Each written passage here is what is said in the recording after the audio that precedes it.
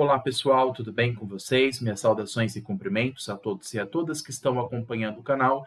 Mais uma vez, professor Lucas, professor de Direito Tributário e Processo Tributário, sejam todos bem-vindos. Se você não é inscrito, peço que se inscreva no canal, curta o vídeo, compartilhe com os colegas. Me ajude a fazer com que o canal cresça em número de inscritos e visualizações, e isso vai fazer com que o YouTube reconheça o meu canal e assim meus vídeos possam ganhar mais visualizações, mais repercussão, e isso vai fazer com que o conteúdo seja distribuído a todos, o conteúdo de direito tributário seja acessível a todos aqui na plataforma de maneira gratuita e democrática. Sejam todos bem-vindos. Hoje nós vamos analisar as 4 questões dissertativas que caiu em um outro exame de segunda fase em Direito Tributário. É fundamental este treino, lembrando que a prova de segunda fase cai uma peça prática profissional que vale 5 pontos e outras 4 questões dissertativas que valem também 5 pontos, totalizando no total 10 pontos, que é o total da prova. Lembrando que desses 10 pontos, no mínimo 6 pontos vocês precisam para passar. Então, por isso que é importante analisar as peças, como também as questões dissertativas, para a gente ter, portanto, uma análise completa de como é um exame de segunda fase, tá bom? Vou colocar a minha imagem aqui do lado, ampliar o meu slide de apresentação do PowerPoint e nós vamos comentar sobre essas questões. Vamos lá? Perfeito, pessoal. Ampliando aqui o meu slide, nós hoje vamos analisar a aula de número 9, que terá como análise as questões que caíram, as 4 questões dissertativas do 37º Exame de Ordem no ano de 2023, organizado pela Banca FGV na nossa disciplina de Direito Tributário. O que foi perguntado nessas 4 questões dissertativas, nós vamos analisar, bem como os gabaritos comentados. Eu justamente gosto de analisar com vocês os artigos que foram citados, até faço questão de grifar para que a gente analise junto o gabarito oficial. Vamos lá? Perfeito. O que foi perguntado na nossa primeira questão desse 37º Exame de Ordem? A minha imagem, como vocês veem aqui, ela tapa um pouco a questão. Então, o meu objetivo é eu ler com vocês a questão inteira e depois eu apareço novamente aqui para a gente comentar sobre o assunto. Depois a gente parte para o gabarito, tudo bem? Como a gente fez na aula passada, porque é difícil a gente resumir essa questão e só deixar num lado, assim. Ela é uma questão muito grande, extensa, e eu tento ampliar o máximo possível. O mais importante do que eu aparecer aqui, pessoal, é vocês entenderem comigo a questão, a gente ler junto e aí comentar o gabarito. Vamos lá? Perfeito. Vamos analisar a questão de número 1, que foi questionado aqui. O que foi dito? Vamos lá. Mário, servidor público aposentado, é pai de Lucas e Joana, seus únicos herdeiros necessários, a quem deseja destinar todo o seu patrimônio. Mário é proprietário de 2 apartamentos do mesmo valor, o primeiro localizado no estado Alfa e o segundo no estado Beta. Visando a que, após sua morte, seus filhos não precisem efetuar gastos para a realização do inventário, resolve fazer doação em vida a seus filhos, sendo o imóvel no estado Alfa doado para Lucas e o imóvel do estado Beta doado para Joana.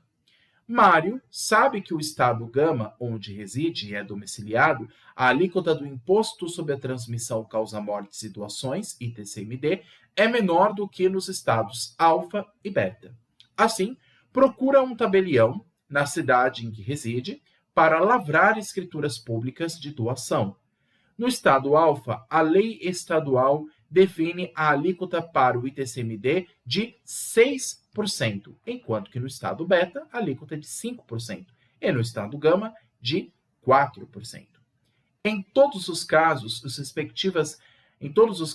respectivas leis estaduais definem o contribuinte, no caso da doação, no caso de doação, como sendo o donatário, ou seja, aquele que está doando. No nosso caso, o Mário, né? Diante desse cenário, responda aos itens a seguir. A questão A diz o seguinte: qual ou a quais estados compete o ITCMD definido pelas 2 doações? Justifique. E B, de acordo com o Código Tributário Nacional, CTN, é possível que tais leis estaduais definam o contribuinte de ITCMD como sendo o donatário e não o doador? Desculpa, o donatário é quem recebe e não o doador, né? O doador, no caso, é Mário, e os donatários seriam os filhos, Lucas e Joana. E será que a lei estadual pode fazer isso? Definir o donatário e não o doador? Justifique. O examinando deve fundamentar suas respostas. A mera citação do dispositivo legal não confere pontuação. Vou ampliar minha imagem aqui, pessoal. O que nós temos aqui, pessoal, é um caso de TCMD. E nós já tivemos, inclusive, para a primeira fase, uma análise de regra matriz de incidência do ITCMD. E o ITCMD de competência estadual, ele tem dois fatos geradores. Ou pode ser a causa-morte, no caso da herança, ou a mera doação. E ele resolveu fazer por doação, o Mário doar os imóveis em dois estados diferentes, alfa e beta. O do estado alfa ele doou para o filho Lucas, e o imóvel do estado beta ele doou para Joana, no caso, que são herdeiros necessários, né? Eu não sei se são filhos, mas está escrito como aqui herdeiros necessários. Enfim, vão ser aqueles que são os donatários, aqueles que vão receber o imóvel que foi doado por Mário. Mas a primeira questão é o que está perguntando, a questão A, justamente ela fala do critério espacial. Qual estado ou quais estados compete o ITCMD devido nessas duas doações? Ou seja, qual que é a competência territorial que faz parte da regra matriz de incidência do ITCMD? Qual que é o critério da incidência espacial? Esse é o nome, né? O critério espacial. Onde que incide o ITCMD? O ITCMD vai incidir no local onde o imóvel se encontra ou no local onde a lavratura da escritura pública foi feita? Porque lembra que a escritura pública foi lavrada no estado Gama. Porque ele mora no estado Gama, o Mário, o donatário, o doador, aquele que está doando o imóvel. Já os imóveis em si, eles não estão no estado Gama. Um está no estado Alfa e o outro no Beta. Mas aí a questão, o que se aplica no caso do ITCMD?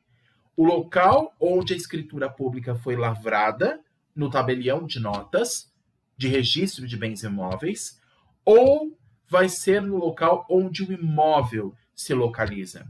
Porque nós sabemos, por exemplo, que em matéria de IPTU, que já é um outro imposto de competência municipal, o IPTU incide no local onde o imóvel em si se localiza.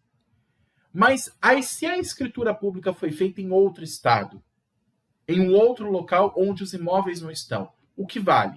É o local do imóvel ou o local onde foi lavrada a escritura? E a outra questão que eu achei interessante, a questão de número B, a letra B. De acordo com o CTN, é possível que tais leis estaduais definam o ITCMD como sendo o donatário e não o doador? Será que nós temos uma lei geral, federal, que estabelece quem é o doador e quem é o donatário, quem que é o contribuinte de fato do ITCMD? Será que quem estabelece a regra geral é a lei federal ou, na verdade, é a lei do Estado? Porque nós sabemos que o ITCMD, como a questão já disse, é de competência do Estado. Então, cada Estado vai ter uma regra específica de ITCMD. Tanto é que aqui na questão as alíquotas de ITCMD variam de Estado para Estado. No Estado Beta é 6%, no Alfa é 5% e no Gama 4%. Agora, com relação ao critério que envolve o sujeito passivo, ou seja, que envolve aquele que é o contribuinte do ITCMD, o que vale? É o doador ou o donatário? Quem estabelece isso? É a lei estadual, a lei de cada estado, ou é a lei geral de ITCMD? Será que nós temos uma lei geral federal que estabelece regras gerais para todos os estados em matéria de ITCMD? Como que o gabarito da banca OAB FGV respondeu essas questões? E aí nós vamos comentar em cima. Vamos lá. O que diz para nós o gabarito da banca OAB FGV como resposta para as questões A e B da nossa questão de número 1? Vamos lá.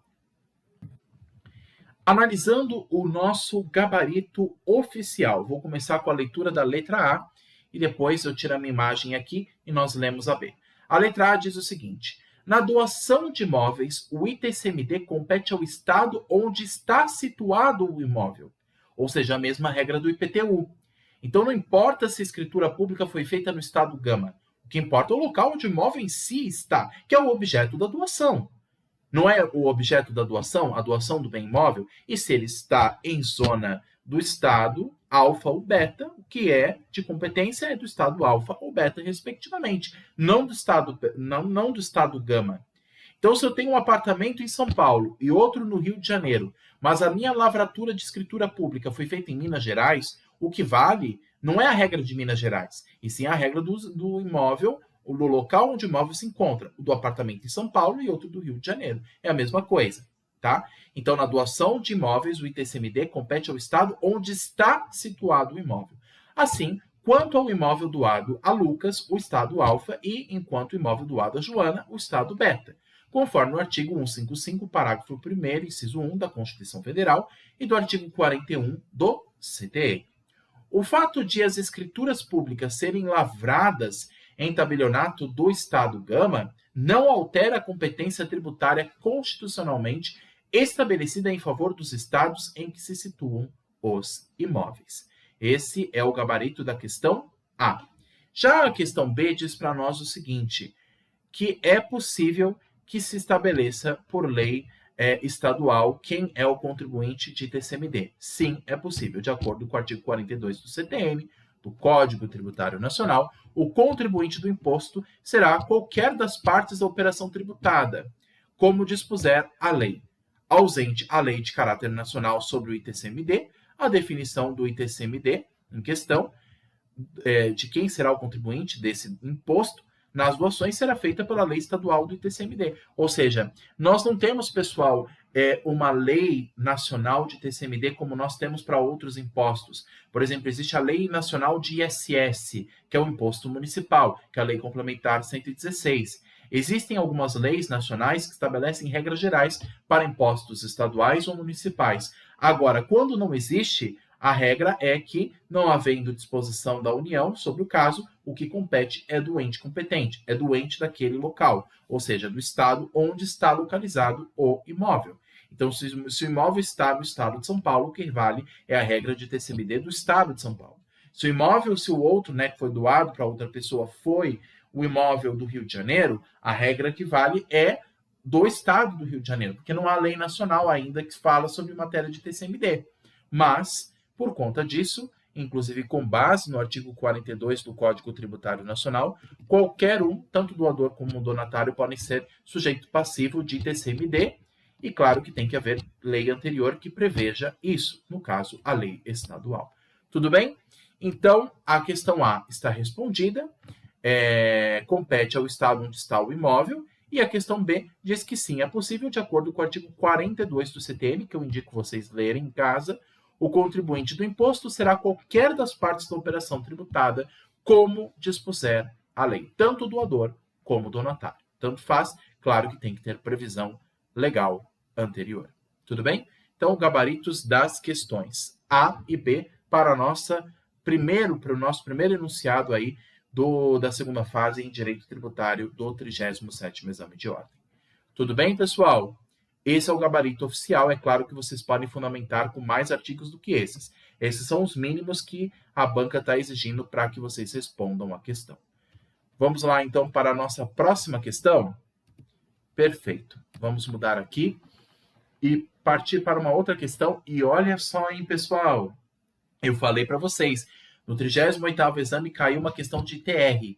E agora no 37º também caiu uma questão de ITR. Eu falei, uma das matérias que a OAB adora perguntar sobre ITR, porque ITR, gente, é uma das coisas que dá confusão na cabeça do povo, e a banca OAB, FGV, adora essas confusões. Então, cuidado, muito cuidado quando envolve matéria de imposto territorial rural, para não cair em pegadinha. Nós vamos analisar mais uma questão sobre essa matéria e vamos entender o que a banca perguntou sobre isso. Vamos lá. A questão de número 2 diz assim: tendo a Fazenda Nacional ajuizado ação de execução fiscal em face de João da Silva, servidor público federal, para a cobrança do Imposto sobre a Propriedade Territorial Rural, ITR, do seu único imóvel rural de grande extensão, onde também reside, referente ao ano de 2020, e não localizando bens em seu nome além do próprio imóvel rural, foi definida pelo juiz a penhora sobre a plantação de uvas que era realizada no terreno. Sobre o caso apresentado, responda aos itens a seguir. É válido a penhora sobre a plantação? Justifique. E B. Poderia ter sido feita a penhora sobre o imóvel residencial de João da Silva? justifique. Pessoal, existem algumas questões a serem consideradas. Na fase de execução fiscal, que é regida pela Lei 6.830 de 80, a regra é a pessoa que não paga o seu determinado imposto, ela vai responder pelos seus bens pessoais. E aí o juiz começa com o processo de penhora de bens móveis e imóveis para poder quitar aquela dívida que o fisco está exigindo. Agora, existe a questão de pessoas que têm hipossuficiência, ou seja, só tem um imóvel, tem poucos bens e não consegue pagar aquela dívida. Mas mesmo assim, nesse caso, será que pode o fisco confiscar aquele bem? Porque lembra que a gente estudou que no direito tributário existe algo parecido como no direito civil se chama de bem de família? Ou seja, existe um bem que é único para a pessoa, aquele imóvel. É o local onde ele reside, é o local onde sua família também reside, é o local onde ele tem a sua subsistência mínima de vida. E será que mesmo assim, mesmo só com esse único imóvel, se ele tem uma dívida com o poder público, será que pode o Estado, por meio do Poder Judiciário, retirar uma parte da sua propriedade para garantir o pagamento dessa dívida em fase de execução fiscal? Será que nesse caso é permitido ou nem mesmo nesse caso é permitido? Aí ele está perguntando para que você justifique a resposta. E aí a B, poderia ter sido feita a penhora do imóvel residencial de João da Silva? Será que está certo a penhora desse imóvel? Será que não seria um bem de família? Porque lá no direito civil, a gente sabe que o bem de família ele é inalienável e, inclusive, não pode ser tocado por decisão judicial, porque é o único meio de subsistência daquela pessoa. Agora, se envolve matéria de direito público, no caso de direito tributário, será que o interesse público na arrecadação tributária prevalece sobre a propriedade daquela pessoa que só tem aquele bem para morar ou não? O que mais prevalece aqui? Essa é a questão que está sendo feita nas questões A e B da questão 2. Então, o que nós podemos analisar aí do nosso gabarito oficial? Muito bem. O nosso gabarito oficial, olha só como é que ele respondeu as nossas questões. A primeira questão, ele diz o seguinte: sim, é válida a penhora sobre a plantação em caráter excepcional. Não é geral, é excepcional, ou seja, extraordinário. Tal como ocorre na hipótese em que nenhum outro bem foi encontrado, como expressamente previsto no artigo 11, parágrafo 1º da Lei de Execuções Fiscais, a Lei 6.830 de 80, que diz o seguinte, em verbis. Parágrafo 1º. Excepcionalmente, a penhora poderá recair sobre estabelecimento comercial, industrial ou agrícola, bem como nas plantações ou edifícios de construção. Então, é em caráter excepcional, não é a regra geral. A regra geral é que se respeite aquele bem de família. Mas como é uma situação em que não se encontrou outro bem, a não ser aquele para poder garantir o pagamento do tributo, já que o pagamento do tributo ele é de interesse público, porque esse valor arrecadado pelo Estado vai ser direcionado para os fins públicos, então, por conta disso, a resposta é sim. Nesse caso excepcional, extraordinário, poderia-se sim extraditar aquela pessoa do seu único bem, do seu único imóvel, para garantir o pagamento dessa dívida tributária. Aí o gabarito da B diz o seguinte, que sim, poderia ter sido feita a penhora sobre o imóvel residencial de João da Silva, pois a impenhorabilidade do imóvel familiar, que é dito lá no direito civil, não é oponível com execução fiscal, para a cobrança de impostos, predial ou territorial, taxas e contribuições devidas em função do imóvel falimentar, tal como previsto no artigo 3º, parágrafo 4º da Lei 8.009 de 90. Então, pessoal, olha só que interessante. Mesmo na fase de execução fiscal, na fase de penhora, mesmo que ele só tenha aquele bem para garantir o pagamento do tributo devido, mesmo assim, ele deve dar aquela parte do seu bem para que o Estado possa tomar e assim garantir o pagamento daquela dívida tributária. Existe a expropriação do bem, do patrimônio, do imóvel daquela pessoa, já que ela não tem outro bem para garantir o pagamento do tributo em questão. Tudo bem? Então, aquela ideia de, como foi dito inclusive aqui no gabarito, aquela imóvel familiar, ou seja, bem de família, como diz o direito civil, não se aplica ao direito tributário nesse caso. Nesse caso, o interesse público na arrecadação tributária é o que prevalece. Então, por conta disso, a resposta é sim, tanto para A como para a questão B. Sim, para A, é válida a penhora sobre a plantação em caráter excepcional, tal como ocorre na hipótese em que nenhum outro bem foi encontrado. E B, sim, poderia ter... Desculpa. Sim, poderia ter sido feita a penhora sobre o bem residencial do João da Silva, pois a penhorabilidade do imóvel falimentar não é oponível em execução fiscal para cobrança de impostos. Tudo bem? Esse é o gabarito oficial para a questão de número 2. Agora vamos para a questão de número 3 para continuarmos a nossa análise. Vamos lá. O que será que a questão 3 tem para nós? Vamos analisar em conjunto. Mais uma questão de espécie tributária, agora perguntando sobre a CID, a contribuição sobre a intervenção no domínio econômico, a CID combustível. O que será que a questão está perguntando? Ela diz o seguinte, a questão que nós estamos vendo, questão 3. O decreto do presidente da República, datado do dia 30 de dezembro de 2021, com vistas a estimular o setor de aviação civil, reduziu a alíquota específica da CID combustíveis incidente sobre a querosene de aviação para R$ 15 por metro cúbico. O decreto também estabeleceu que entraria em vigor na data de sua publicação, produzindo seus efeitos imediatamente. Diante desse cenário, responda aos itens a seguir. Questão A. Poderia esse decreto reduzir tal alíquota da CID combustível? Justifique. E B. Esse decreto poderia reduzir efeitos imediatos? Justifique. Então, pessoal, será que um decreto do presidente da República pode mudar a alíquota da CID? Lembra que eu falei para vocês da regra de extrafiscalidade para os impostos federais? Eu falei para vocês que os impostos federais podem ter as suas alíquotas alteradas por mero ato do presidente da República, sem autorização do Congresso, porque a própria Constituição já prevê, em virtude da natureza extrafiscal desses impostos, como, por exemplo, imposto de importação, imposto de exportação, o IPI e o IOF. Agora, nos casos das contribuições sociais, como a CID combustível, que é sobre a intervenção no domínio econômico, será que esse tributo tem caráter meramente fiscal ou também fiscal arrecadatório, ou também tem função extrafiscal, ou seja, de regular alguma atividade econômica? Já que a CID combustível, ela serve para regular a atividade de combustível no país, será que a sua alíquota também pode ser alterada por ato do Poder Executivo, sem mero aviso prévio ao Congresso? Será que isso é permitido por decreto do presidente da República? Sim ou não?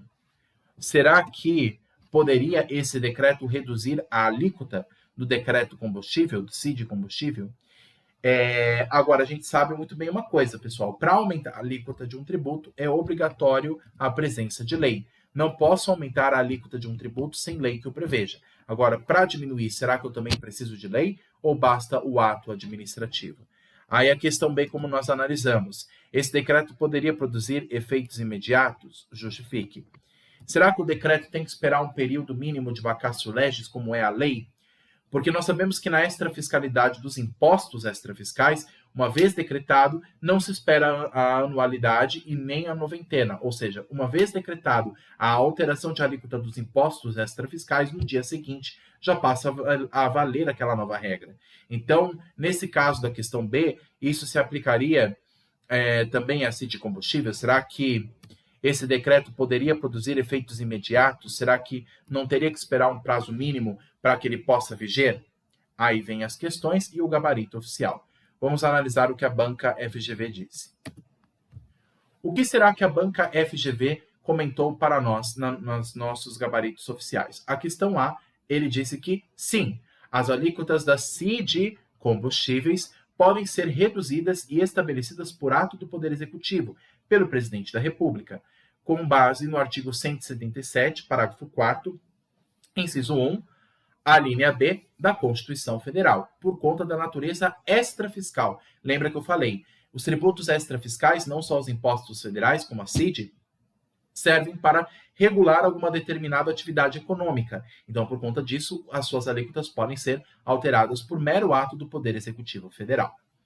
Aí vem a questão B, dizendo o seguinte como gabarito, que sim, a redução de tal alíquota, no caso da CID combustível, não deve obedecer a nenhuma modalidade de anterioridade tributária, ou seja, anual e nem nonagesimal, pois esta aplica-se apenas quando houver instituição ou até aumento do tributo, nos termos do artigo 150, inciso 3, alíneas B e C da Constituição Federal. No caso do enunciado, houve diminuição da carga tributária. E claro que, havendo diminuição da carga tributária, pessoal, isso é mais benéfico ao contribuinte, menos valor que ele vai ter que pagar de tributo. Então, para isso, não preciso avisar. Se é para beneficiar o contribuinte, eu não preciso avisar. Agora, se é para aumentar o valor do tributo, aumentar a alíquota daquele tributo, aí tem que haver o período mínimo de aprovação, que é a anterioridade anual e nonagesimal. Agora, essas anterioridades não se aplicam a atos administrativos, principalmente se eles diminuem a carga tributária, e aí eles já passam a viger no dia seguinte. Tudo bem? Então, nosso gabarito é sim para a questão A e sim para a nossa questão B. A redução de tal alíquota não deve obedecer a nenhuma modalidade de anterioridade tributária, pois esta aplica-se apenas quando houver instituição ou aumento do tributo. Tudo bem? E recomendo que vocês leiam esses dois artigos que citei, o 177 e o 153 da Constituição Federal. Tudo bem? Perfeito. Continuando a nossa análise aqui de questões, agora nós vamos analisar mais uma espécie de tributo, o IPTU. É o que eu falei para vocês, pessoal. Segunda fase em direito tributário, sempre tem questão perguntando de espécies de impostos e de tributos em geral. E agora temos mais um exemplo aqui do caso do IPTU. O que será que a Banca FGV perguntou neste questionamento do IPTU? O que será que foi questionado pela Banca OAB FGV? Vamos analisar. José é locatário do imóvel de propriedade do Sindicato dos Empregadores da Construção Civil do município Alfa. Em seu contrato de locação está previsto que José deverá recolher ao município o valor de IPTU incidente sobre o imóvel. Todos os anos, José recebe o carnê de IPTU e o paga devidamente, entregando posteriormente o carnê e o comprovante de pagamento ao referido sindicato. Contudo, José, ao conversar com o advogado, passa a entender que a cobrança feita pelo fisco municipal era indevida, pois o proprietário do imóvel, ainda que alugado a terceiros, seria entidade imune. Diante desse cenário, responda aos itens a seguir. Primeiro, a questão A pergunta: poderia José discutir judicialmente a eventual imunidade do proprietário do imóvel, uma vez que é ele quem paga o imposto, conforme cláusula contratual expressa? E B, tem razão José em entender que está presente a imunidade de IPTU no caso? Justifique. Então, o caso de José, pessoal, ele acha que tem a garantia da imunidade tributária, porque o imóvel era e ainda é de propriedade do Sindicato dos Empregadores da Construção Civil do município Alfa. Agora tem uma coisa, lembra do artigo 150 da Constituição, que ele fala dos entes considerados imunes em matéria tributária? Ele fala dos sindicatos, não é? Mas os sindicatos que ele menciona no artigo 150 da Constituição são os sindicatos dos trabalhadores e não dos empregadores. Sindicato dos Empregadores, ou também conhecido como sindicato patronal, esses sindicatos não têm direito à imunidade tributária. Sindicato patronal não tem direito à imunidade tributária, apenas o sindicato de empregadores, dos empregados ou dos trabalhadores. Sindicato das domésticas, por exemplo, sindicato dos dentistas ou de profissionais liberais, enfim. Agora, sindicato de empregadores, de empreendedores, de donos de empresa, não tem imunidade, portanto, José não tem direito de questionar esta imunidade em matéria judicial. Então, por conta disso, pessoal, José, ele não tem direito ao acesso à imunidade, porque o sindicato dos empregadores, ele não possui imunidade, ele não é contemplado pelo artigo 150 da Constituição. Então, por conta disso, a questão A tinha dito: poderia José discutir judicialmente a eventual imunidade do proprietário do imóvel, uma vez que é ele quem paga o imposto, conforme cláusula contratual expressa? Será que pode José discutir judicialmente a eventual imunidade? Ele pode até acessar o Poder Judiciário, mas ele não vai ganhar essa imunidade, porque a imunidade não se aplica nem mesmo ao Sindicato dos Empregadores, só ao Sindicato dos Trabalhadores. E bem, tem razão José entender que está presente a imunidade do IPTU no caso? Será que ele tem razão sobre isso? É claro que a imunidade não se aplica a sindicato dos empregadores, e sim apenas dos empregados. Então, não teria razão no caso de José. Então, como é que o gabarito da banca OAB FGV questionou para nós? Como é que a banca FGV ela quis que você respondesse essas duas questões? Olha o que ela disse. Bom, vem a questão A e diz o seguinte: não, o locatário, não sendo contribuinte do IPTU, não possui legitimidade ativa para discutir a relação jurídico-tributária de IPTU e de taxas referentes ao imposto alugado, nem para repetir em débito desses tributos, conforme a súmula 614, 614 do STJ, ou do artigo 123 do CTN. E a questão B diz que não tem razão, o artigo 150, inciso 6, a linha A da Constituição Federal, apenas garante imunidade tributária de imposto a entidades sindicais dos trabalhadores, não de empregadores, que é o caso do enunciado. É o que eu falei para vocês, cuidado com essa pegadinha. O artigo 150 da Constituição, ele fala de vários entes considerados imunes de pagar impostos, mas ele fala só do sindicato dos trabalhadores ou dos empregados, e não dos empregadores, não dos patrões ou sindicato patronal. Sindicato patronal não tem direito à imunidade tributária, tem que pagar a contribuição ao fisco. Agora, sindicato dos empregadores ou dos trabalhadores não precisa pagar imposto, é considerado um ente imune. Tudo bem até aqui, pessoal? Então, o gabarito para a questão A e o gabarito para a questão B é não para as duas alternativas. Primeira, não, o locatário, não sendo contribuinte de IPTU, não possui legitimidade ativa para discutir a relação jurídica de IPTU, somente o proprietário poderia fazer isso. E B, não tem razão, a razão do artigo 150, inciso 6, a linha C da Constituição, apenas garante imunidade tributária de impostos a entidades sindicais dos trabalhadores, não de empregadores, como é o caso do enunciado em questão. Tudo bem? Muito bem, pessoal. Ampliando aqui a minha imagem. Basicamente, esses foram os gabaritos oficiais, pessoal, deste 40º exame de ordem. Eu espero, do 37º exame de ordem, que nós estamos analisando para melhor se preparar para a segunda fase do 40º exame. Espero que tenham gostado da dinâmica da aula de hoje. Peço que curtam, comentem, compartilhem, se inscrevam no canal. E se houver dúvidas com relação à matéria de hoje ou das outras aulas, deixe aqui nos comentários que eu vou respondendo vocês. E se vocês tiverem interesse ao material didático que eu posto aqui no YouTube, se vocês tiverem interesse a esse material didático que eu posto aqui na plataforma, aí eu posso partilhar com vocês por e-mail. Aí eu aviso, mando o e-mail certinho com vocês, tá bom? E é isso, pessoal. Vou tirar aqui dos slides de apresentação. Vou ampliar minha imagem. E agradeço a todos pela atenção. Estou à disposição no que for necessário. Bons estudos e perseverem que vocês vão conseguir a tão sonhada aprovação na segunda fase. Um abraço, pessoal. Tudo de bom e até a próxima. Tchau, tchau.